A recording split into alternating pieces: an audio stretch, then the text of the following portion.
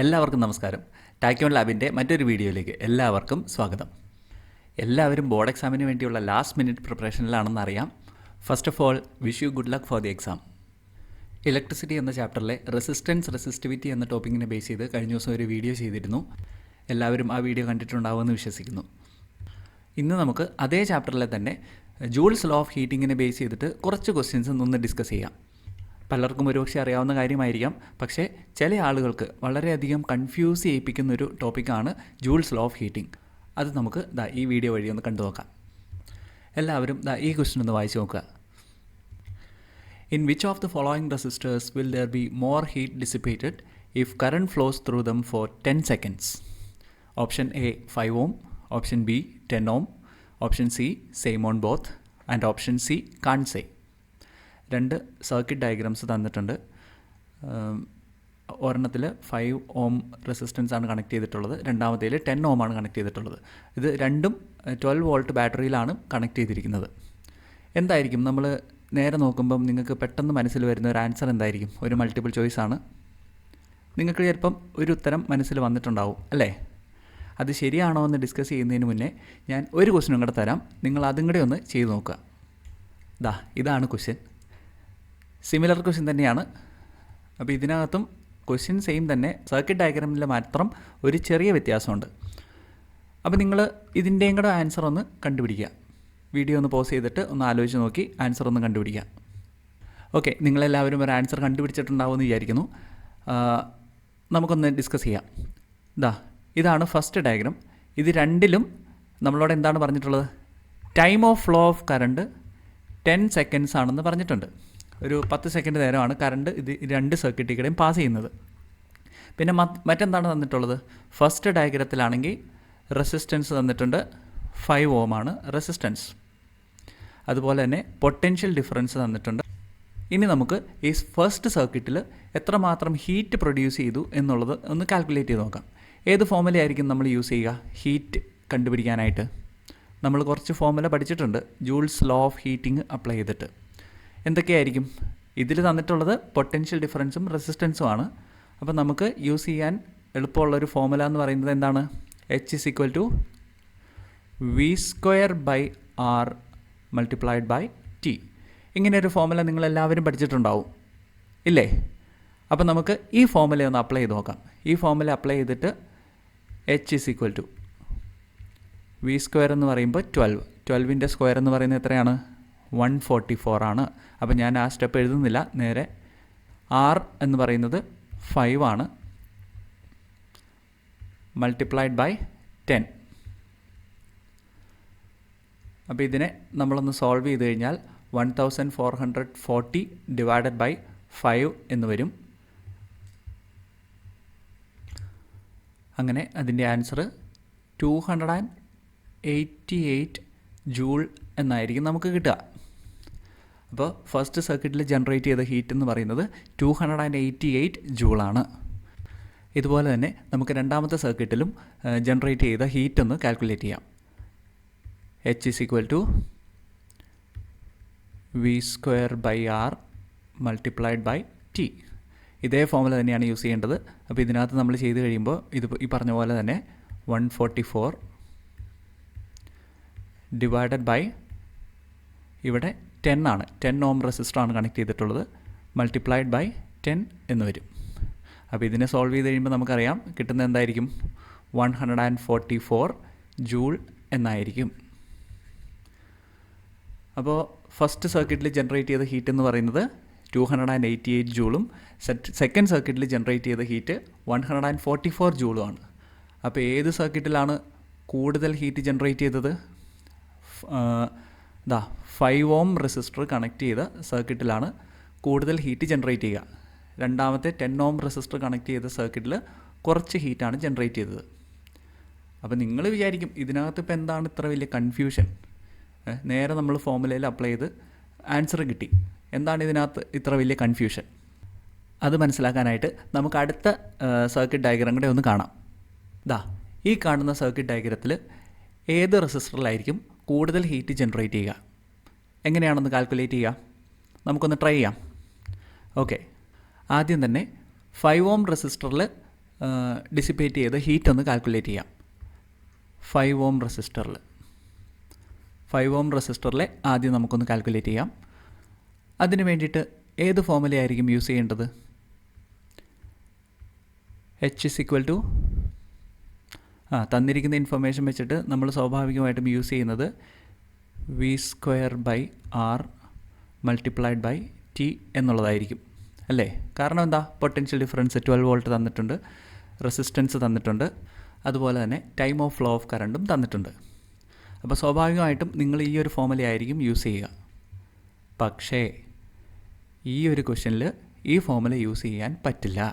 നമ്മൾ ഈ formula use ചെയ്ത് കഴിഞ്ഞാൽ H is equal to V²/R into T എന്ന ഫോർമുല യൂസ് ചെയ്ത് കഴിഞ്ഞാൽ ഉള്ള പ്രശ്നം എന്താണെന്ന് വെച്ച് കഴിഞ്ഞാൽ ഇവിടെ 5 ഓം റെസിസ്റ്ററിന് അക്രോസ് ആയിട്ടുള്ള പൊട്ടൻഷ്യൽ ഡിഫറൻസ് 12 വോൾട്ട് ആണോ?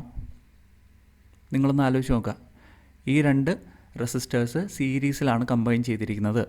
അപ്പോൾ ഇതിന് അക്രോസ് ആയിട്ടുള്ള പൊട്ടൻഷ്യൽ ഡിഫറൻസ് ഈ 5 ഓം റെസിസ്റ്റർ, ഫോർ എക്സാമ്പിൾ ഇവിടെ നമ്മൾ ഒരു വോൾട്ട് മീറ്റർ കണക്ട് ചെയ്യുകയാണെന്ന് വിചാരിക്കാം. ഒരു വോൾട്ട് മീറ്റർ 5 ഓം റെസിസ്റ്ററിന് അക്രോസ് ആയിട്ടൊരു വോൾട്ട് മീറ്റർ കണക്ട് ചെയ്യുകയാണെന്ന് വിചാരിക്കുക. അപ്പോൾ ഇങ്ങനെ വോൾട്ട് മീറ്റർ കണക്ട് ചെയ്ത് കഴിഞ്ഞാൽ ഈ വോൾട്ട് മീറ്ററിൽ കാണിക്കുന്ന റീഡിംഗ് എന്ന് പറയുന്നത് 12 വോൾട്ട് ആയിരിക്കുമോ? ഇല്ല. സീരീസ് കോമ്പിനേഷനിൽ നിങ്ങളത് പഠിച്ചിട്ടുണ്ട്. ഇവിടെ ഒരു വോൾട്ട് മീറ്ററും കൂടെ നമ്മൾ ഇവിടെ കണക്ട് ചെയ്യുകയാണെങ്കിൽ, ഇപ്പോൾ V2 എന്നുള്ള രീതിയിൽ ഒരെണ്ണം കൂടെ കണക്ട് ചെയ്യുകയാണെങ്കിൽ നമ്മൾ പഠിച്ചിട്ടുണ്ട് the net potential difference V is equal to V1 plus V2. Series കോമ്പിനേഷനിലുള്ളൊരു പ്രത്യേകതയാണ് നെറ്റ് പൊട്ടൻഷ്യൽ ഡിഫറൻസ് എന്ന് പറയുന്നത് ആ ഇൻഡിവിജ്വൽ പൊട്ടൻഷ്യൽ ഡിഫറൻസസിൻ്റെ സം ആയിരിക്കും. അപ്പോൾ നമുക്ക് ഇവിടെ V എന്ന് പറയുന്ന കോമൺ ആയിട്ട് 12 വോൾട്ട് സബ്സ്റ്റിറ്റ്യൂട്ട് ചെയ്യാൻ പറ്റില്ല. അപ്പോൾ പിന്നെ നമുക്ക് അടുത്ത ഒരു ഓപ്ഷൻ എന്ന് പറയുന്നത് H is equal to I²RT ആണ്. അങ്ങനെ ഒരു ഫോർമുല നമ്മൾ പഠിച്ചിട്ടുണ്ട്. ജൂൾസ് ലോ ഓഫ് ഹീറ്റിംഗ് വെച്ചിട്ട് H is equal to I²RT, where I is the current, R is the resistance and T is the time of flow of current. പക്ഷേ ഇതിനകത്ത് നമ്മൾ I എങ്ങനെയാണ് കാൽക്കുലേറ്റ് ചെയ്യുക? The current flowing through the circuit.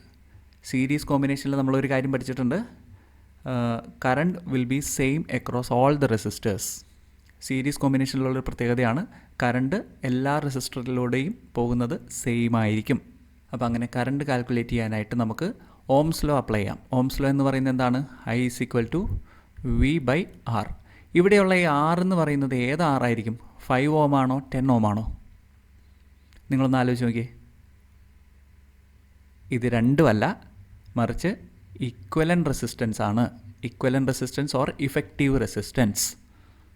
അപ്പോൾ ഇതുപോലെ confusing ആയിട്ടൊരു question ചിലപ്പോൾ ചോദിക്കാറുണ്ട്. ഇതുപോലെ ഒരു സർക്യൂട്ട് ഡയഗ്രം തന്നിട്ട് find out the current across 5 ohm resistor എന്ന് ചോദിച്ചാലും നിങ്ങൾ റെസിസ്റ്റൻസിൻ്റെ സ്ഥാനത്ത് 5 ഓം സബ്സ്റ്റിറ്റ്യൂട്ട് ചെയ്യരുത്, മറിച്ച് അതിൻ്റെ ഇക്വലൻ്റ് റെസിസ്റ്റൻസ് ആണ് സബ്സ്റ്റിറ്റ്യൂട്ട് ചെയ്യേണ്ടത്.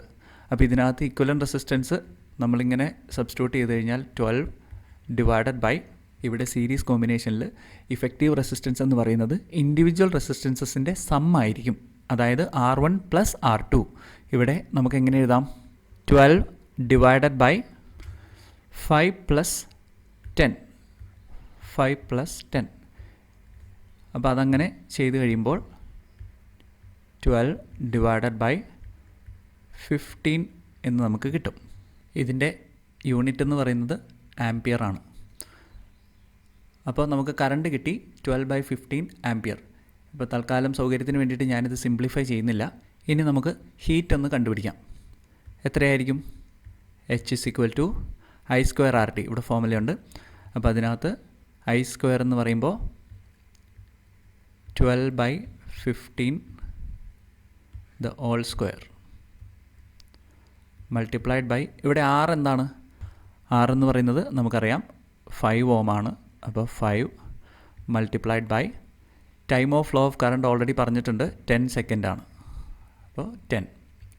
ഇതിനെ നമുക്കൊന്ന് സിംപ്ലിഫൈ ചെയ്ത് കഴിഞ്ഞാൽ 144 ഡിവൈഡഡ് ബൈ, തൽക്കാലം സൗകര്യത്തിനായിട്ട് ഞാൻ ഇതിനെ 15 മൾട്ടിപ്ലൈഡ് ബൈ 15 എന്ന് തന്നെ എഴുതുന്നു, മൾട്ടിപ്ലൈഡ് ബൈ 5 മൾട്ടിപ്ലൈഡ് ബൈ 10. ഇത് സോൾവ് ചെയ്ത് കഴിയുമ്പോൾ നിങ്ങൾക്ക് 288 ഡിവൈഡഡ് ബൈ 9 എന്ന് കിട്ടും. അതായത് 32 ജൂൾ എന്നായിരിക്കും കിട്ടുക. 32 ജൂൾ എന്നായിരിക്കും ഈ 5 ഓം റെസിസ്റ്ററിൽ ഡിസിപ്പേറ്റ് ചെയ്ത ഹീറ്റ് കിട്ടുക. ഇനി ഇതുപോലെ തന്നെ നമുക്ക് 10 ഓം റെസിസ്റ്ററിൽ ഡിസിപ്പേറ്റ് ചെയ്ത ഹീറ്റ് കൂടി ഒന്ന് കാൽക്കുലേറ്റ് ചെയ്ത് നോക്കാം. മറ്റൊരു വ്യത്യാസവും ഇല്ല. ഇവിടെ 12/15 ഹോൾ സ്ക്വയർ മൾട്ടിപ്ലൈഡ് ബൈ ആറിൻ്റെ സ്ഥാനത്ത് 10 ഓം സബ്സ്റ്റിറ്റ്യൂട്ട് ചെയ്യുക. അതുപോലെ തന്നെ time of flow of current 10. അപ്പോൾ ഇതിൽ മറ്റൊന്നും നോക്കാനില്ല. കഴിഞ്ഞ 5 ഓം റെസിസ്റ്ററിലാണെങ്കിൽ 10ൻ്റെ സ്ഥാനത്ത് 5 ആയിരുന്നു. അപ്പോൾ ഇവിടെ 10 ആയി. അപ്പോൾ നമുക്ക് എന്തായിരിക്കും കിട്ടുക? കഴിഞ്ഞ തവണ 32 കിട്ടി. അപ്പോൾ ഇവിടെ 64 ജൂൾ ആയിരിക്കും കിട്ടുക. 64 ജൂൾ. അപ്പോൾ ഇതിൽ നിന്ന് എന്ത് മനസ്സിലായി?